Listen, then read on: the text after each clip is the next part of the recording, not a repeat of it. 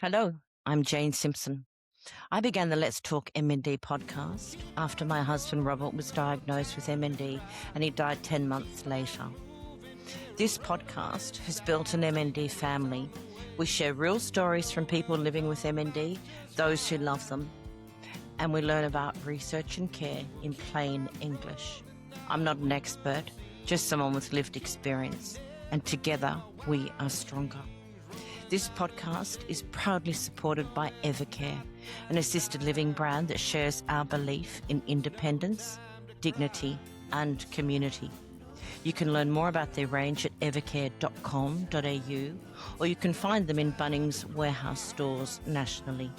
I'm so thankful for Evercare's support of the MND community, and I really hope that you enjoyed today's conversation.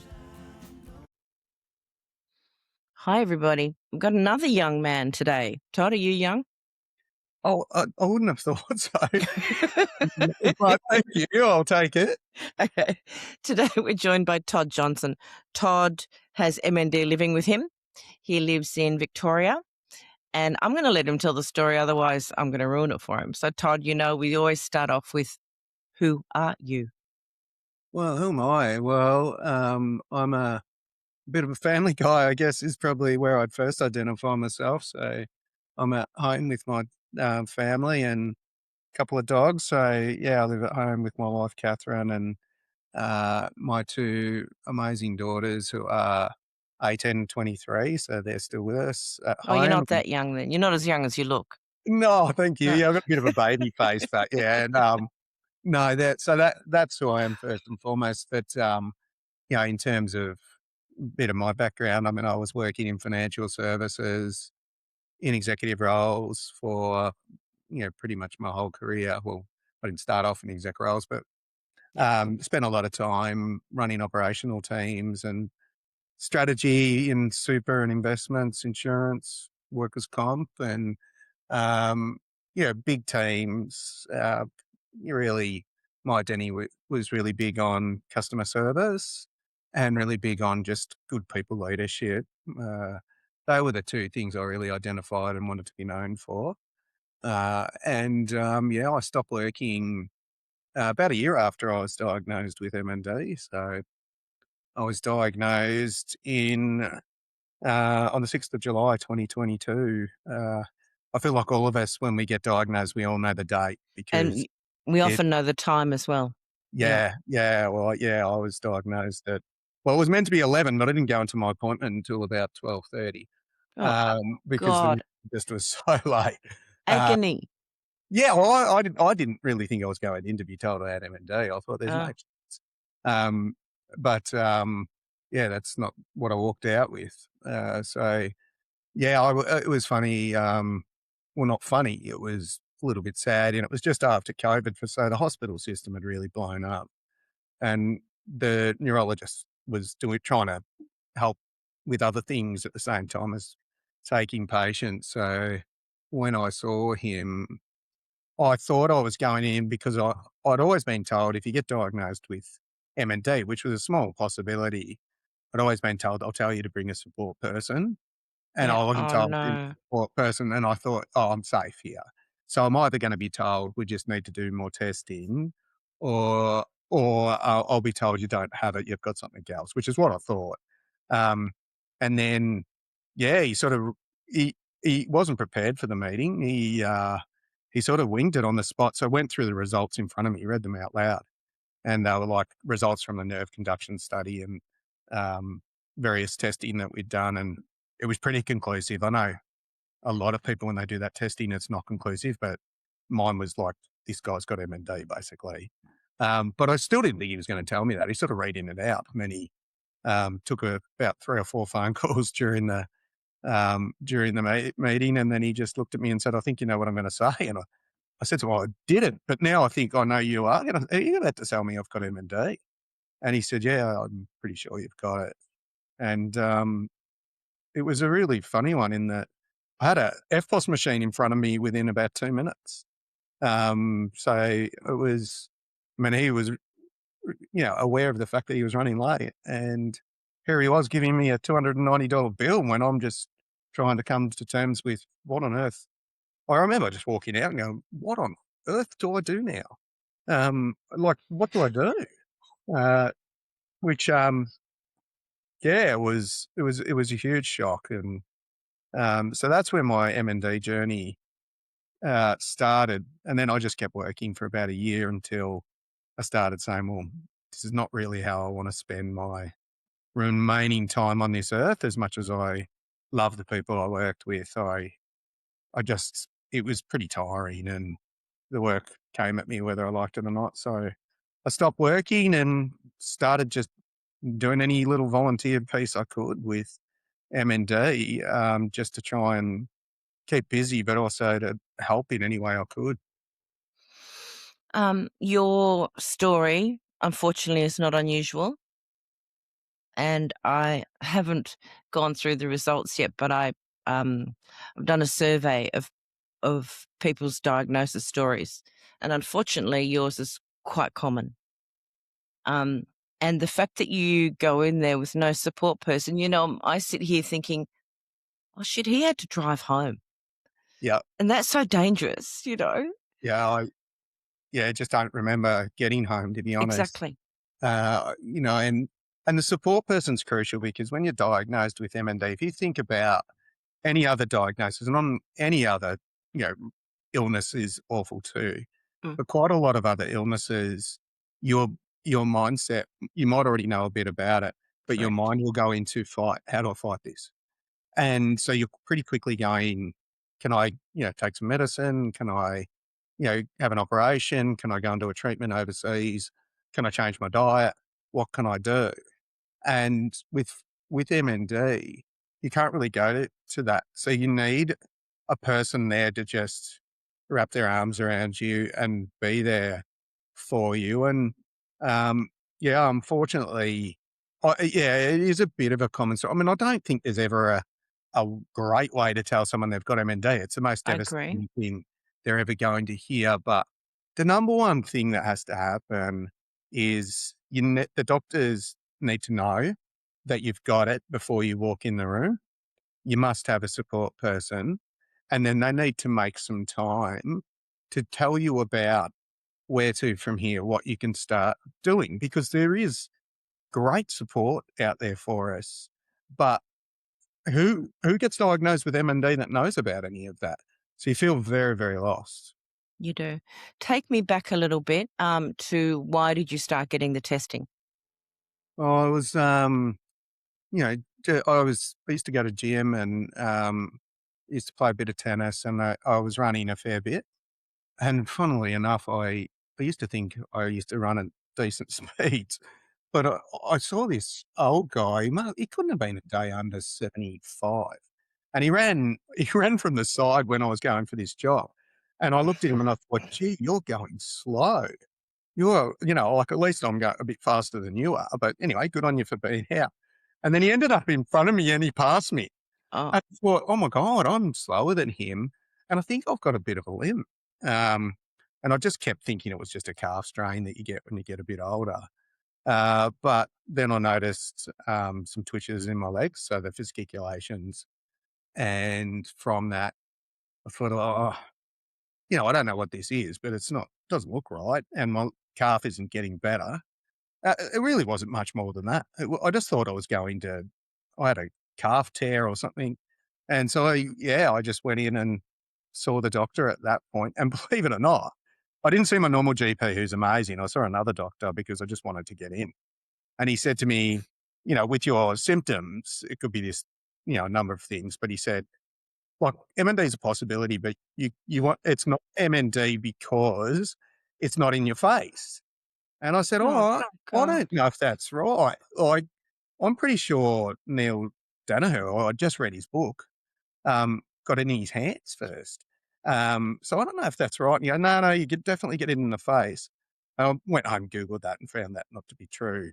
But, I mean, he's a GP. He's got a lot he needs to know. He didn't, that didn't make, a huge difference. At the end of the day, he referred me to a neurologist, and yeah, the rest is history. But yeah, it was something really small, like just a limp, a bit of a limp that wouldn't go away, and twitches in my legs. What did you know about MND prior to that GP saying something? I knew. I think I Oh, probably you read Neil's book, so yeah. well, you wouldn't believe, like, I was actually just by complete coincidence reading Neil's book, and I remember he tells a story about not being able to swing a golf club, and I was thinking, "Gee, look, I've got some really strong weakness in my leg." So I learnt about it through that, but also when I was about 20, we had a close family friend who died from Oh, MND, okay. and, I remember I remember going to her funeral with my dad, and, I said to him, "Gee, Dad, I reckon that would be probably the most horrible way to die." Mm, Like, out of all illnesses, I couldn't think of anything more cruel. And I've never forgot that I said it. It was my first yeah. funeral, and, you don't remember things you said from 30 years ago. No. But I've never forgot that I said that because I just felt she'd become a prisoner in her own body, and I just thought it was really cruel. And yeah, so I had I knew of it. I just didn't think I had it because really I felt pretty healthy apart from a bit of a limp. And that's a common story too. Very fit, very healthy. Yeah. Yeah. Yeah, You do a lot of work, volunteer work within the MND sector. So you're the chair of MND Victoria. that's right. I am. Tell us about your journey, how you started working in MND, volunteering, and then working your way up to the hallowed heights of chairman of I MND Victoria. Yeah, Did was that too much? oh, well, no, I'm happy to share my story. It's not anything exciting. I really, I mean, when I was diagnosed, my first instincts were, I'm just gonna travel with my family. I wanna spend time with my family because you gotta think about your initial diagnosis. You don't know if you're gonna live for 12 months or 10 years. Yep. So my initial instinct was I just want to spend quality time with my family. And then after about a year, I started to get a bit of a sense that, I was going to be a little bit slower than average. And so I just started, and I just liked to contribute and give back. So I was giving feedback to whoever would listen. And then I started volunteering on some committees at Calvary Healthcare, Bethlehem. And then, yeah, we did some fundraising with my mum. She did a lot of fundraising for MND at her retirement village. And Oh, bless. yeah, she's pretty good. She's just done an amazing amount. She's constantly raising money for MND Vic. And through that, I got to meet the CEO at the time, Kate Johnson, and we got to know each other. And then she said, "Would you like to join the board?" And I thought, "Yeah, I would. Yeah, I really, I could bring a bit of lived experience, but also my different lens that I've had through my career. Yeah. So why not?" And uh, I I joined the board and basically contributed as a member of our board or our state council. And over time, what happened was we'd had a couple of chairs. One of our chairs, David Lompard, he stepped down after 25 years of service, which was just incredible. Mm. And then we had another chair um, for about just over a year or maybe a couple of years. And he also stepped down because it's a pretty big commitment and Yep. we'll have family commitments and other things can happen.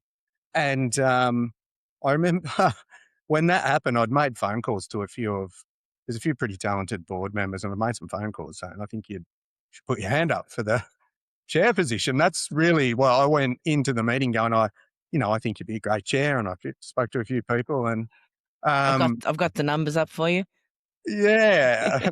And then in the end, someone sort of said, "Well, why don't you be chair?" And I'm like, "What? Like, no." I'm here to help. And in the end, I said, "Well, I'll tell you what. Why don't I just step in and get us?" We were looking for Kate's replacement. She'd moved on to cystic fibrosis after 7 amazing years, and yeah, I Oh, thought, well, you know what, I'll help recruit a new CEO we needed to rebuild the board a bit because we'd had a few exits. And I thought, I'm really passionate about getting more people with lived experience on the board. I wanted to hear things like, what does this mean for people with MND? A lot. And I wanted people who are working in the industry and have lived it to have a bigger voice on the board. Good. So I thought, well, I'll just do it for a little bit. And then I'll hand over to someone else because I'm just a bit concerned as to whether I can meet some of the obligations just from an energy perspective and from the challenges I have with my health. But yeah, I think that was about September last year, and I've stayed on it. It's my intention at some point to step down, but stay on the board, and keep supporting. I think we've got some wonderful state councillors, so we've got a ample amount of choice for our next president. But at the moment, yeah, I'm just loving working with the team a bit more closely and with our CEO Mary Jane more closely and probably too engaged from their perspective. As a chair, I can't help it. I just care so much, and yeah, so that's how I became president, and um, I love it. The bits I really love are working with the team. When we're working on strategy or business planning, I love that. That's the part that I really, really thrive and enjoy. If you enjoy it and if you're thriving and if you're annoying people, I'd stay there for as long as you possibly could. Hopefully I'm not too many people. I I want thrive. to. I thrive on annoying people. Yeah, it's Just like reserve it. Hold I it. I'd like to. I think there's two elements to it. Um I have my head and my heart, which wants to say doing this forever, Yeah. and then I have this body that sometimes says you're not doing anything today. And that's the challenge. I've said I'll keep doing it for as long as I can, but let's prepare for succession planning and Well, and the that's like. So yeah, if it means I take a little bit of a step back, I'd still love to be involved. But yeah, still working away with the team and just loving every bit. to be fair. Everybody in a position, chair or president, should always have a succession plan in place Yeah, from I the agree. from the very first day they start. They should have a succession plan. It's Yeah, not something that should just wander off. that's I right. want to say that David Lampard listens to every single podcast, and I regularly get texts from him with Yeah, feedback. So, and I really appreciate that a lot. yeah, he was a It's lovely. beautiful man. He was just such a gentle soul, very good listener, and just a natural leader. And the fact that he stayed on a board for 25 years, I mean, it's just phenomenal what he Mm, did. And, I think, to give up, like sometimes we have privileged lives, we have great careers, we learn all these different things, but some people and a lot of people get to a point where they say, I want to give back. I want to do something bigger than just earn a salary. yeah. And David and Wayne after him were terrific. And Wayne served on the board for a long time too, and they're just wonderful people that just wanted to help. We spent a little bit of time this year together in Canberra. Um, why were we there? Strategy for MNDA. Yep, that's right. Yeah, yeah, And then we had a pretty good party that night at Parliament yeah, House, yeah, Parliamentary Friends of MND. And I was very impressed this year at the turnout of people, yeah, politicians, and the engagement. yeah. So was I. Mm, Yeah, and it was nice. What I think, if I sort of start with the strategy session, what I think is happening now and better than ever is the state associations who provide all the care for people with MND, yeah. and they provide all of it. They are coming together with MND Australia to say, how can we do it better together? And then that going to make better outcomes for people with MND. So I was really excited by the collaboration in that room, firstly, Mm. and to have a really clear strategy and plan with a focus, obviously, on People better, with MND. Yep. yeah, people with MND and their care outcomes. Mm, And then, yeah, it was nice that sometimes politicians, they might have late events and it's difficult for them to come, but the attendance was really strong. yep. And there was a very confronting, emotional speech about by a carer who Yep. lost her Helen. husband. Yeah, and I think, I was so moved, but it hit pretty close to home. Well, But the politician standing next to me cried through the whole thing, yeah, well, that which goes. is good. Yeah, yeah. Well, it's good in that. It's good It's in good that in they. that. Yeah, yeah. I think what it hopefully we're starting to be able to do is there's been such a big brand built with fight, Yep. and Neil's done the most incredible job. I think there's the obvious advocacy and awareness of MND and the money raised, and even though they haven't found the cure, you've got to fail a lot before you'll eventually find it. Right? So Yep. whatever they've done, it's not lost. But Correct. then, I think there's a lot that can still be done around the care side, and for those of us with MND, yeah, we're pretty lucky to be in Australia, but there's real gaps.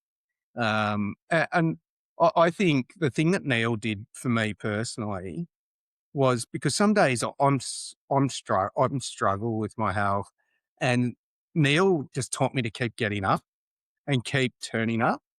And I keep, there's days where I think I just I can't do this today. And I think, no, no, Neil, look at Neil, like his last big freeze a year ago. And, he's in a wheelchair. He completely can't move. He's completely paralyzed. And I thought, no, he would show up. So he Mm, taught, I think, a lot of us with MND. I don't think there's a right or wrong way to live with it, but he inspired a lot of us to yep. keep getting out there.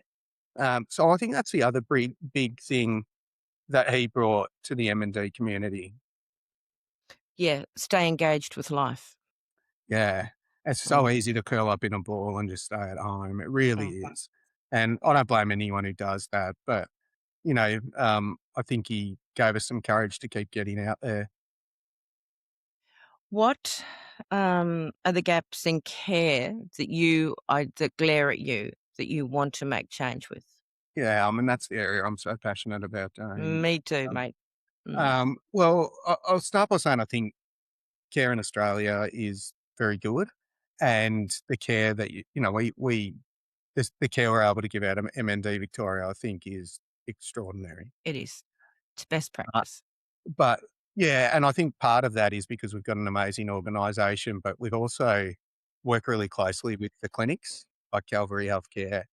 Um, in terms of gaps in care, what I want to really us to do is do some customer journey mapping so you can understand, okay, this is the point that someone's diagnosed to their first appointment to the challenges that they might have with diet, saliva, coughing, breathing, pain management, orthotics, being able to walk, losing their hand function, having a shower.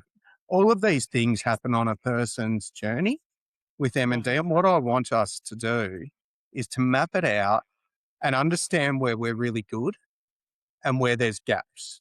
And I think so that's the big picture where I really want us to go back and look at, because I think, and this might not be the thing that makes the biggest difference to longevity of life, but when you're diagnosed with MND, and this is from my experience when I talk to others that are also living with MND, when you get diagnosed, your mindset is, what can I do to live the best life from here? Yep. And the reality is your journey it's already mostly decided for you. It's not like you can suddenly you have some treatment overseas and you can slow it down by half. Yep. It's, I think some people think because you live longer, maybe they did something special. And I don't really necessarily believe that. I think that the person's journey is mostly predetermined, but we still want to find a way to live our healthiest, best lives. And there's probably two areas that I'm most passionate about in care gaps. One is around diet. I feel like there's been a huge focus on when you lose your ability to chew and swallow. Obviously, there's feeding tubes and pegs, but when a person's first diagnosed, what they'll do is they'll turn to and say, "What can I do with my diet to live a healthier, longer, better life?" And it might only extend it a little bit. We don't know, but what I think it can do is give you better quality of life. And there's a lot of things that can be done in terms of food that can help you have better days. So that's one area that I'd like to say at some point, someone who's diagnosed with MND says, "I've been diagnosed with MND, and the research tells me that if I go on this diet and there's someone saying, go on, change your diet to this, and you will live the best. That's the best you can do." It gives you back a sense of control of something, because the rest is out of your control. And so that's one area that I'm really passionate about. And the other one is around orthotics. Like, I mean, we've all seen the YouTube pictures of the dancing robots in China, and they're unbelievable. But it's in the orthotic space, what tends to be is a lot of orthotics are designed for people who are either recovering from an injury and getting better, or someone who might have a problem with a limb that just it's static, right? Like they're either missing a limb or a limb doesn't work. Whereas a person with MND is getting worse every day, just a little bit, right? And so I think I would love to see some more robotics that just help people that might have weak legs or weak hands, um, to be more focused on helping them still maintain a quality of life a bit more. So I think there's an opportunity to put a lot of research funding into that space where you could say, well, I still want to be independent, but I can't transfer chairs on my own. Yeah. And maybe there is a piece of equipment that can do that. There's a guy who invented a device that pulls his pants up. Oh, that's Yeah. sensational. Yeah. So there, He, and he's also invented one that pulls his doona up too. well, legend. I mean, and you can't, like, sometimes I've got the doona on. If it's not in the right spot, I have to call for help. Yep. And, pulling your pants up, I can tell you, it's something you take for granted. You go to the toilet and then it's a battle. Like Oh, you're actually, hang on. We're talking about two guys. So there's one guy here.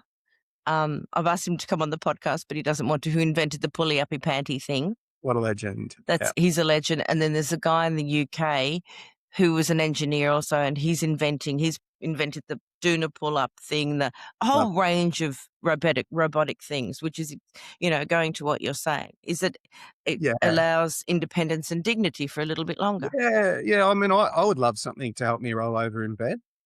Um, I think it's something it's pretty hard when you're on one side and you can't get to the other side. Yeah. But you only for a while, I only need like a little nudge. Um, but there's so many other things like, um, disability clothing and the like that could make a huge difference. I think there's devices now that help people run up mountains with less effort. So why can't those devices be refit to help people that have got weak legs, but hold them upright so they can walk instead of going into a wheelchair? So I reckon that robotics has come far enough that we could do some great things for people with MND. Yeah, so there are a couple that I'm really passionate about. Well, they're really good ideas too. All right, we can talk more about that. Now let's talk about how MND is affecting you physically now. All right. So while I'm in a wheelchair permanently, I can transfer out of the wheelchair. Transferring in's a little bit difficult because if I'm coming from somewhere that doesn't have arms, I can't hold myself. So I sort of shuffle across. So my legs don't really work from the knees down. I don't have any movement, just a tiny movement in my right feet. And from upper body perspective, I've got really weak hands now. So my wife cuts up my food. I can't open a can of drink or a bottle. I can still use them. I can sort of write, but kind of write like a doctor now. Really on messy writing when I used to have really neat writing. Um, so yeah, and then I'm struggling with my respiratory muscles combined with my asthma are causing me a few challenges in that sometimes I really am short of breath and can come along quite heavy. Although, like, you live and you learn, and I sort of realised it was partly asthma and not just the MND, which I didn't realise. I thought it was just MND when it was first happening. So that's something I'm dealing with. And the one area that I, I'm I struggle with, that I think some people with MND get and some don't, is I get a lot of body aches and pains, but quite severe. Yeah.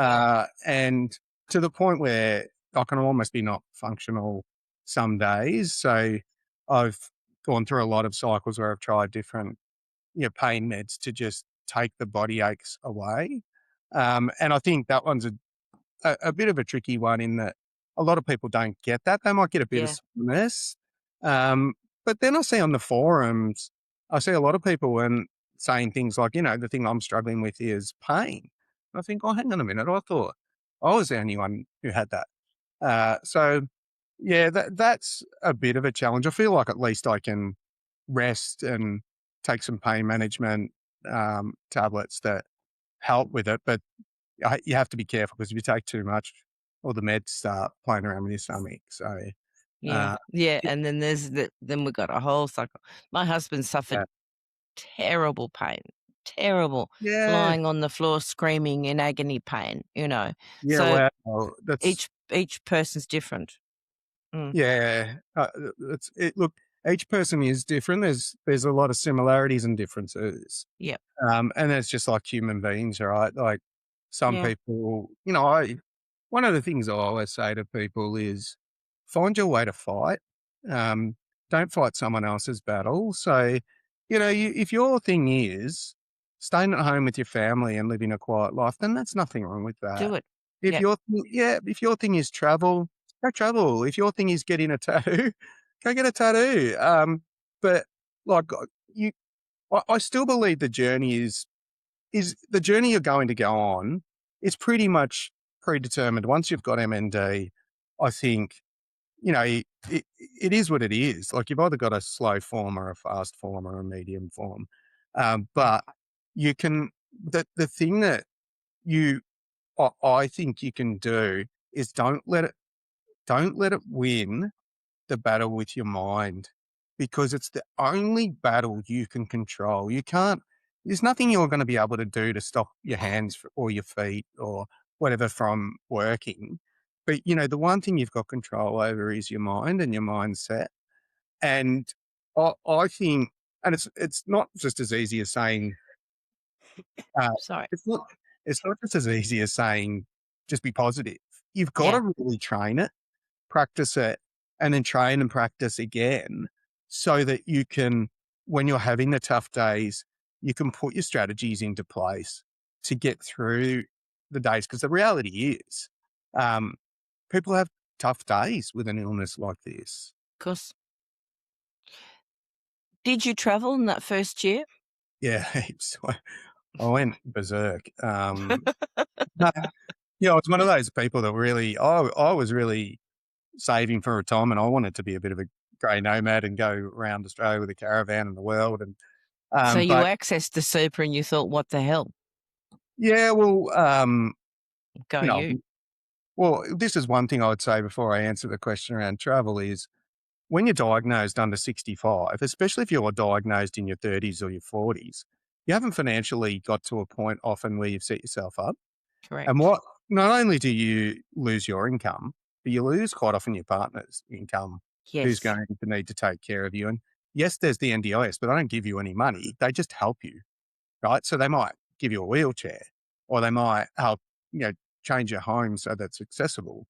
But you don't make money out of being on NDIS. They're a caring organisation that help Mm, you. And what I think is really challenging is um, people lose their income. And I've seen single mums get MND that lose their profession who've got kids and, a real small support network because they might have, grew up overseas. And so I think I would say I've been lucky in that we're able to have things set up just in case something went wrong.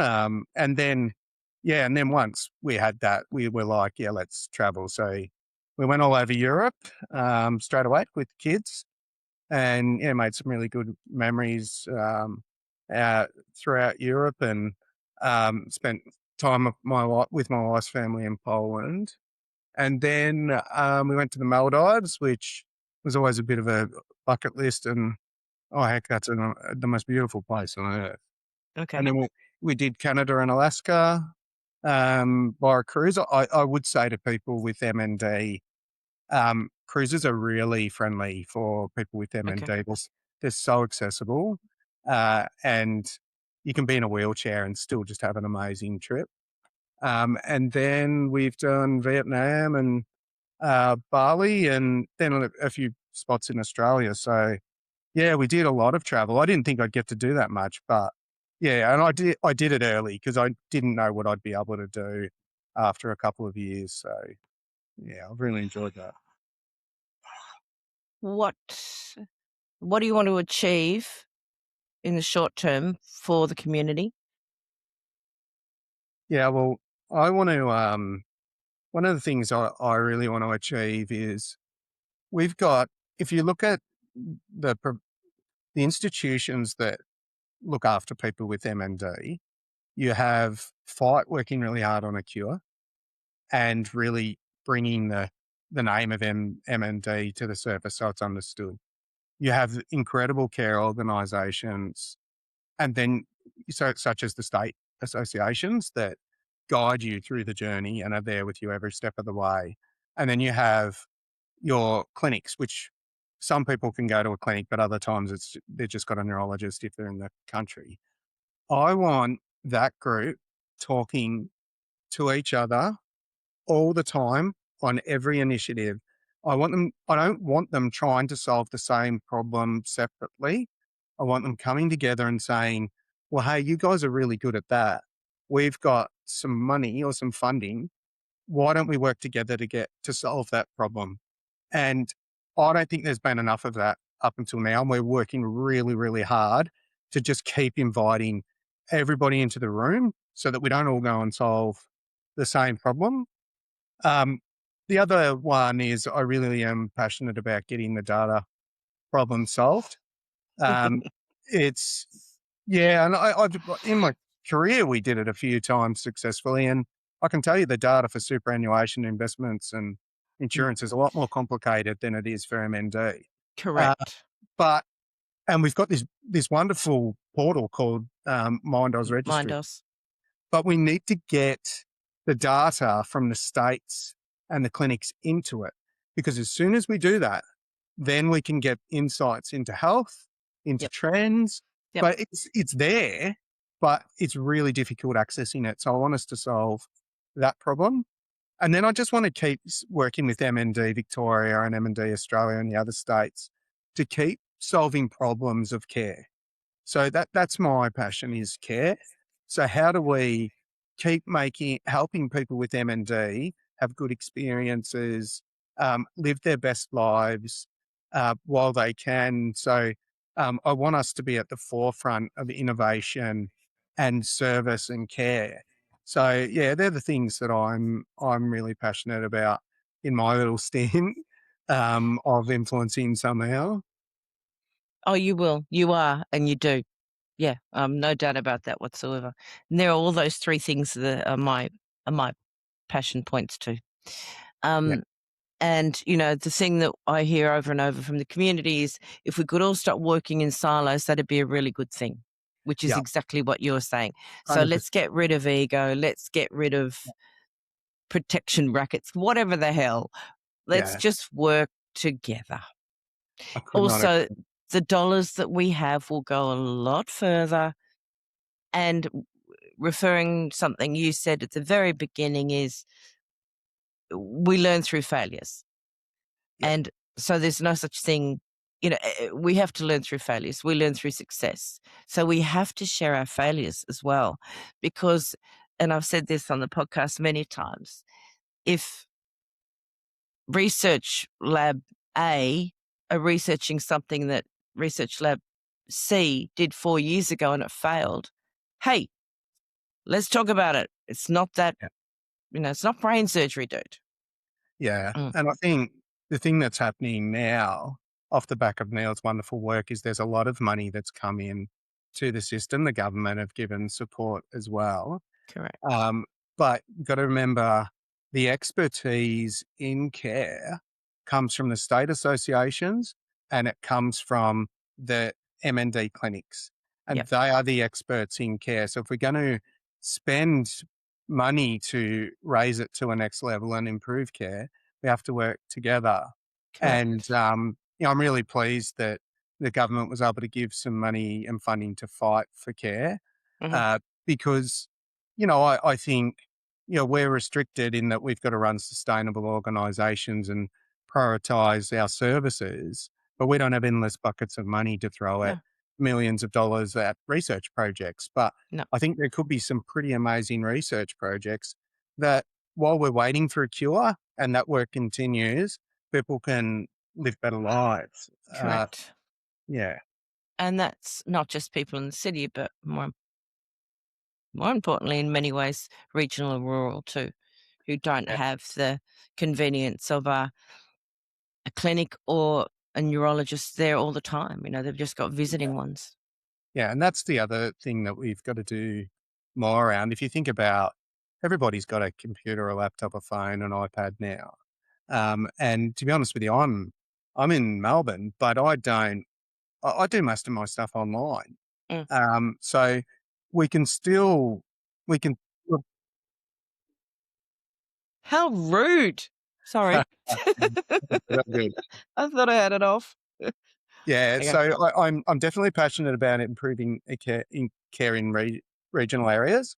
But also, if you think about something digital, so every time you do something digitally, it's silly if you just do it in one state, right? So, say we do a marketing campaign that is about saliva management and people living with MND, and there's a story. Like, if we do that, but we only release it to Victoria, well, What's the what's the point? point of that? Why can't it go to all of Australia? Um, so I think that's one of the things that we can start doing more of is, Yeah. we've got a team dedicated to education for care, and Mm, we educate people in the allied health industry. We do education for people living with MND and their carers. But mhm. if that's a digital online session, why can't the whole country come to that? So Oh, we still need our local presence, but I think there's an opportunity to be able to do more and to learn um, from each state who does everything a little bit differently. So, yeah, I really think there's huge opportunity in working together. And the state CEOs, they are really, really focused on this now more than ever, they are. Yeah. on learning from each other, working together, putting ego aside and working as a team to solve problems. And I don't think like there's a long way to go, right? But I think it's never been better than it is right now for working as a team. It's been a very good run up to that. I couldn't agree more. I'm so grateful for your time today. Thank you. Is there anything else you'd like to say? Any Oh, words of wisdom you'd like to drop? look, I reiterate to people living with MND, I would say to you, there's a couple of things that I'm really big on. I said earlier, you need to find your way to fight. Yeah. I think the other thing I'd say is you're going to become more and more dependent on having an amazing team around you. You need a lot of people to help you through this journey. So, your OTs, your physios, your masseuse, your doctor, your neurologist, your dietitian, your speechy. And what I would say is just build the best team. Like, absolutely, you have a right to build the best team you possibly can, and set the standards that you expect. And I think if you do that, they can be an incredible support to you living the best quality of life you can. and then just got to lean on them. And I've put in heaps of time to having a really great team. I think my team's amazing. So yeah, That's about being preemptive, about yeah, planning, and yeah, not being fearful about your future. yeah. I mean, at some point you need to have all of these services with you. Don't put it at arm's length until it's a crisis or you really need them. As Todd Well, said, interview them, talk to them. If you don't like them, you don't have to work with them, you know? yeah, absolutely, and give them feedback because they don't know what they don't know. But like you said, Jane, I'd say you've got to get ahead of things. You know, if you think you need something in 12 months' time, you need to start working on it today. Yep, Be it equipment or a house mod or building a good team. yep, So yeah, just don't put it off because it'll creep up on you really yep. quickly. It really will. Thank you, lovely. Oh, thanks for having me, Jane. No, thanks for being here. And I'm going to be seeing you in rooms anyway, so it don't matter. Yeah, no doubt. Good Thank on you you, Jane. so very much. You're welcome. Yeah, I'll see you later. Bye. Bye. If you'd like to get in touch, you can message me on the Let's Talk MND Facebook or Instagram pages, or Let's Talk MND5@gmail.com. The information on this podcast is not medical advice. And the music you hear is by a much-loved member of our family, John Hanley. Once again, thanks to Evercare for sponsoring this podcast and supporting Let's Talk MND. Their commitment to care and community helps make meaningful conversations like today's possible.